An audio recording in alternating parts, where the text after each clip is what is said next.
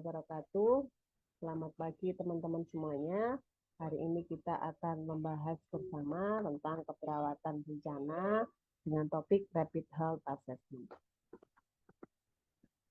Apa sih Rapid Health Assessment itu? Rapid Health Assessment itu merupakan pengkajian secara cepat ya yang dilakukan pada fase siaga darurat krisis kesehatan ya.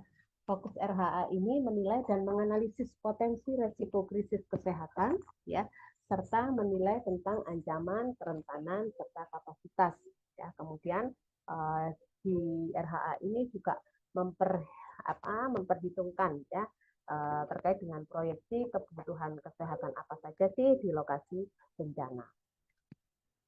Berikutnya tujuan dan fungsi RHA. Yang pertama mengumpulkan dan menyusun serta menganalisis data atau informasi mengenai satu, status kesehatan penduduk.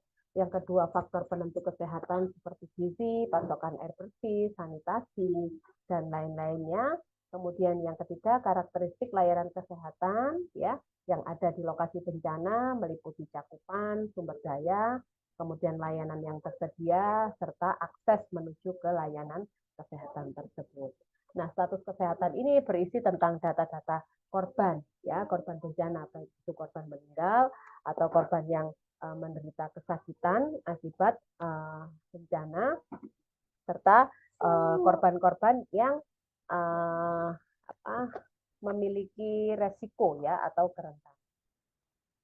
Berikutnya, siapa yang melakukan RHA? Yang melakukan RHA ini adalah sebuah tim, ya, yang minimal terdiri dari dokter umum, epidemiolog, kemudian sanitarian. Nah, jika dibutuhkan, RHA ini ditugaskan beberapa tim, ya. Jadi tidak kalau misalnya wilayah bencananya itu luas, maka RHA ini tidak terdiri dari satu tim saja, mungkin bisa beberapa tim yang berjalan bersamaan melakukan pengkajian secara cepat di area atau di lokasi terjadinya bencana.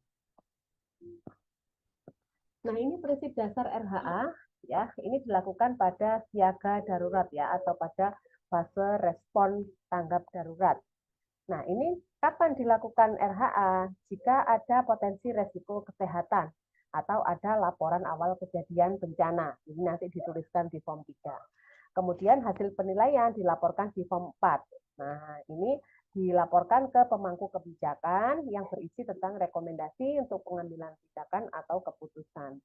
RHA ini dilakukan berulang, ya, jadi tidak hanya satu kali, bisa dilakukan secara berulang sesuai dengan kebutuhan, ya. Bahkan sekarang itu sudah ada sistem informasi infografis ya yang bagus, bisa melakukan RHA secara cepat dan memberikan informasi ke eksternal kondisi saat di lokasi bencana, kira-kira yang masih dibutuhkan apa, sehingga kalau ada bantuan yang mau mengirim bantuan itu bisa disesuaikan dengan kebutuhan yang ada di sana. Nah, berikutnya laporan hasil RHA bentuknya seperti ini ya. Ini formulir 3 ya, form 3 ya. Nah, ini formulir pelaporan penilaian cepat kesehatan kejadian krisis kesehatan. Ini diisi nama dinas kesehatan ya yang berada di lokasi bencana, kemudian jenis bencananya, waktu kejadian, deskripsi bencana, ini diisi dengan intensitas bencana, penyebab ya, kemudian krisis susulan ya, dampak secara umum, itu di deskripsi ini ya. Jadi ini isinya adalah overview dari bencana. Kemudian berikutnya adalah lokasi bencana. Ya, lokasi bencana diisi sesuai dengan kolom ini. Lokasinya mulai dari provinsi, kabupaten, kecamatan, desa, kemudian di situ termasuk jumlah penduduk, ya, kemudian topografi atau gambaran bentuk permukaan wilayah yang ada di lokasi bencana tersebut, apakah pegunungan, pantai, atau lembah. Berikutnya adalah jumlah korban, identifikasi jumlah korban. Ada korban meninggal, korban hilang, kemudian korban luka. Ya. Untuk korban meninggal dituliskan identitasnya sesuai dengan kolom yang ada di laporan. Kemudian khusus untuk korban warga negara asing, ya itu yang diisikan adalah nomor pasportnya. Kemudian untuk korban hilang, ya untuk korban hilang ini diisikan ya sesuai dengan form yang ada di situ. Kemudian untuk yang korban luka, ya ini ada luka berat atau dikategorikan sebagai rawat inap. atau korban luka ringan dikategorikan sebagai rawat jalan. Nah, di sini diidentifikasi berapa jumlah korban yang mengalami rawat inap, berapa yang mengalami rawat jalan, ya, diklasifikasikan berdasarkan jenis kelamin. Kemudian diidentifikasi juga ya 5 kasus penyebab rawat inap terbanyak di situ, ya, atau 5 kasus penyebab rawat jalan terbanyak. Kemudian jangan lupa juga diidentifikasi jumlah gangguan jiwa atau psikososial untuk anak dan dewasa di situ kategorinya, ya. Anak usianya kurang dari 18 tahun, dewasa sama dengan atau lebih dari 18 tahun. Kemudian untuk jenis penyakit yang berpotensi KLB, jadi dianalisis di situ. Kira-kira penyakit apa ya berdasarkan keadaan di lokasi bencana, potensi KLB-nya apa di situ ya. Misalnya bencana banjir, kemudian genangan masih ada, cadangan air kurang, kemudian banyak yang mengalami diare. Nah, kemungkinan besar masalah gastritis ya, yang gastroenteritis akut ya, yang akan menjadi KLB di lokasi bencana tersebut.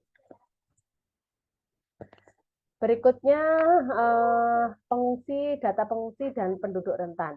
Ya, ini diisi semuanya ya. Nama tempat ini diisi berdasarkan lokasi pengungsian ya.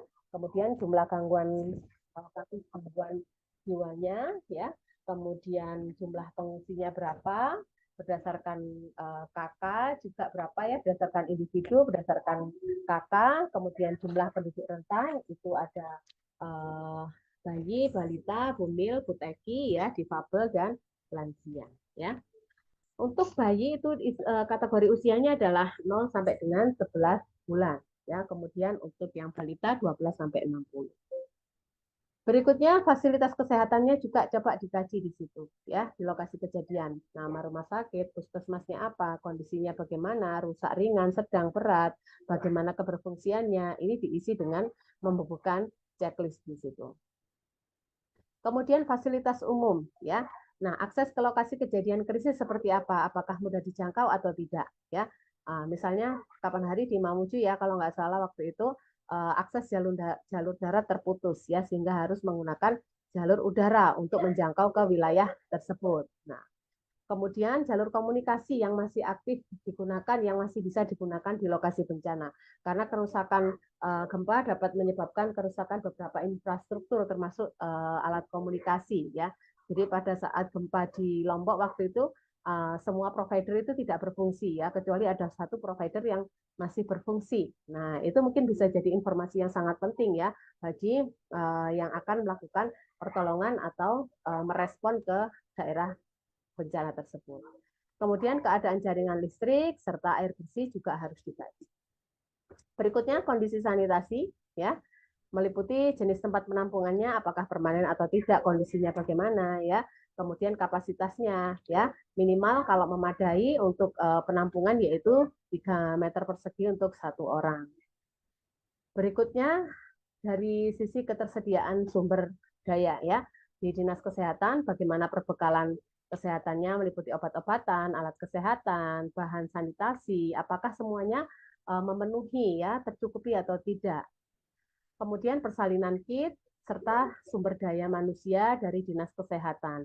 Karena ada kalanya bencana juga berdampak pada tenaga kesehatan yang ada di lokasi kejadian juga, sehingga bantuan itu tidak hanya berupa obat-obatan dan ini saja ya, dan peralatan saja, tetapi bantuan juga diperlukan dalam bentuk SDM.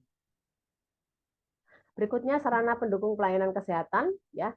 Jadi ada SDM-nya, ada peralatannya, tapi transportnya nggak ada, kan tidak bisa ya. Jadi dukungan transportasi, komunikasi dan sarana listrik ini jadi pendukung pelayanan kesehatan yang sangat penting.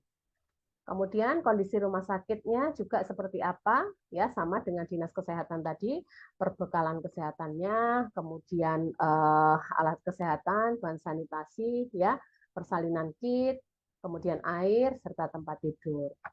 Berikutnya adalah kebutuhan bagi tenaga kesehatan yang memberikan layanan kesehatan di lokasi bencana. Ini juga harus dikaji ya. Jadi tidak hanya mengkaji untuk para pengungsi ya, tetapi bagi petugas kesehatan yang bertugas di situ ya. Nah, jenis penampungannya, kapasitas, kemudian air bersihnya, serta sarana jamban darurat, apakah kondisinya memadai atau tidak, silakan dituliskan. Kemudian tempat pembuangan sampah, sarana espal, serta penerangan ya, karena untuk memberikan pelayanan kesehatan itu kan juga butuh penerangan. Espal ya, ini juga serta pembuangan sampah ya, terutama untuk sampah medis. Kemudian sarana pendukung pelayanan kesehatan ya, transportasi, alat komunikasi serta sarana listrik. Nah, berikutnya yang harus dikaji ya pada saat RHA yaitu upaya penanggulangan yang telah dilakukan. Jadi tadi sudah dilakukan identifikasi ya status kesehatan masyarakatnya, jumlah korban dan seterusnya. Kemudian yang kedua dikaji sumber daya yang ada di lokasi kejadian meliputi kapasitas pelayanan kesehatan serta sumber dayanya dan sumber daya pendukung lainnya. Ya, di sini juga diidentifikasi upaya yang sudah dilakukan ya oleh subklaster kesehatan di lokasi bencana. Apa saja dari upaya subklaster pelayanan Yankes ya, kemudian pelayanan pengendali penyakit ya, kemudian subklaster gizi. Misalnya dari gizi ini banyak balita ini ya, ternyata kurang untuk misalnya makanan tambahan dan seterusnya. Kemudian pelayanan keswa atau kesehatan jiwa, reproduksi KIA, kemudian DVI, serta tim logistik kesehatan. Ini juga dikaji ya pada saat melakukan rapid health assessment untuk mengetahui sejauh mana kapasitas yang tersedia di layanan kesehatan di lokasi bencana tersebut.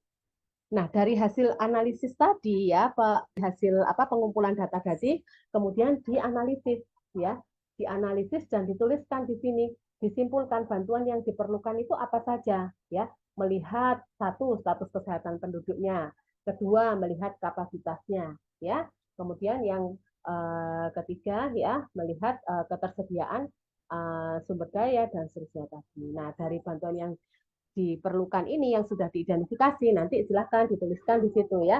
Rekomendasi apa saja yang perlu diberikan ya kepada pemangku kebijakan untuk memenuhi kebutuhan ya dari hasil pengkajian RHA tersebut. Ya. Oke, baik, terima kasih. Saya akhiri cukup sekian. Kurang lebihnya mohon maaf. Assalamualaikum warahmatullahi wabarakatuh.